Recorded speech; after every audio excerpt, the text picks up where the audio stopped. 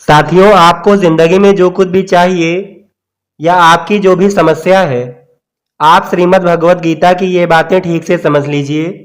आपकी हर इच्छा पूरी होगी और आपका हर दुख दूर होगा। किसी भी चीज का घमंड आ जाए तो शमशान का चक्कर लगाना, तुमसे बेहतरीन लोग वहां पर राख बने पड़े हैं। गिराने वाले अगर अपने हों तो संभलने में बहुत वक्त लगता है। इंसान को मरने से डर नहीं लगता, बल्कि मर मर के जीने से डर लगता है। किसी का सरल स्वभाव उसकी कमजोरी नहीं, बल्कि उसके माँ बाप का दिया हुआ संस्कार होता है। अगर किसी के स्वाभिमान पर बार बार चोट पहुंचाई जाए तो रिश्ता कितना भी प्यारा क्यों ना हो, आखिर में वो टूट ही जाता है। भगवान श्री कृष्ण कहते हैं, कभी कभी अपने ही अपनों का ऐसा तमाशा बनाते हैं कि वो अपना कहलाने के लायक नहीं रहते।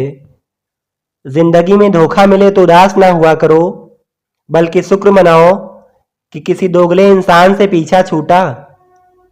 आजकल जो जितना सीधा और शांत होता है, वो उतना ही खतरनाक होता है। हासिल कर लीजिए या फिर गवा दीजिए, मगर अपने स्वार्थ के लिए किसी का इस्तेमाल मत कीजिए। दुनिया में वही शख्स उदास रहता है जो खुद से ज्यादा दूसरों की परवाह करता है। रिश्तों की कद्र करनी हो तो वक्त रहते कर लीजिए, वरना बाद में सूखे पेड़ों को पानी देकर हरियाली की उम्मीद करना बेकार है। सिर्फ धोखा देना ही धोखा नहीं होता, बल्कि किसी के साथ अपनेपन का नाटक करना उससे भी बड़ा धोखा होता है। संसार में कोई भी मनुष्य सर्वगुण संपन्न नहीं होता, इसलिए कुछ गलतियों को नजरअंदाज करके रिश्तों को बनाए रखें। चाहे समय हो या फिर इंसान, कर्म बहुत ध्यान से कीजिए, क्योंकि ना किसी की दुआ खाली जाती है और ना ही किसी की बद्दुआ। भगवान श्री कृष्ण कहते हैं, अगर नीयत साफ हो और मकसद सही हो तो यकीन रखिए भगवान किसी न किसी रूप में आपकी मदद करते हैं।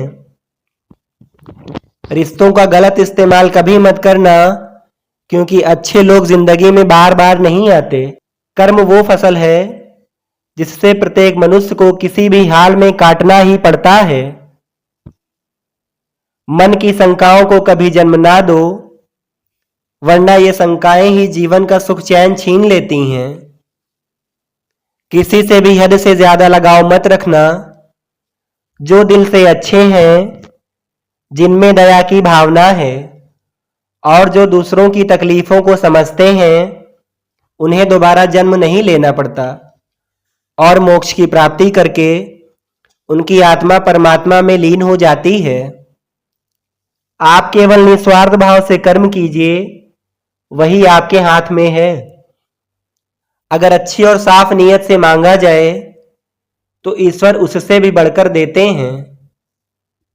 जिस दिन हमें यह यकीन हो जाएगा कि हमारा सारा काम ईश्वर की मर्जी से होता है, उस दिन हमारी सारी परेशानी ही दूर हो जाएगी। जहां आपकी कोई कीमत ना हो, तो वहां आपके लिए रुकना उचित नहीं होगा, चाहे वो किसी का घर ही क्यों ना हो या फिर किसी का